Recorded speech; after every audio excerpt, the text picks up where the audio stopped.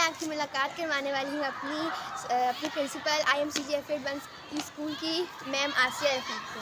السلام علیکم. وعلیکم السلام. میم آپ نے آج ٹیلیسکوپ کا یہ ایونٹ بہت اچھا آرگنائز کیا اور اس سے پہلے ایک ایونٹ آرگنائز کیا تھا کشمیر جنت نظیر. تو آپ کا کیا خیال ہے IMCG اس طرح رہے گا؟ انشاءاللہ بالکل ایسے ہی رہے گا اور پھلے گا پھولے گا. اور جو ابھی ریسنٹلی جتنی بھی منسٹری نے انٹرونشنز کی ہیں ان میں سے ایک جو امپورٹنٹ ہے وہ ٹیلیسکوپ ہے. تمام اسکولوں کو ٹیلیسکوپ پرووائڈ کی گئی ہے جس میں ہمارا اسکول بھی شامل ہے. اور آج کا جو یہ ہم نے ایونٹ آرگنائز کیا ہے یہ اسی لیے کیا ہے تاکہ بچوں کے اندر جو ہے سائنس سے محبت پیدا ہو. اور جو ہمارے پہلے جتنے بھی مسلم تاریخ میں سائنسدان تھے ہم انہی کی جو ہے آگے مثال کو لے کے ہماری جو نوجوان نسل ہے وہ لے کے چلے اور خلا تک پہنچے.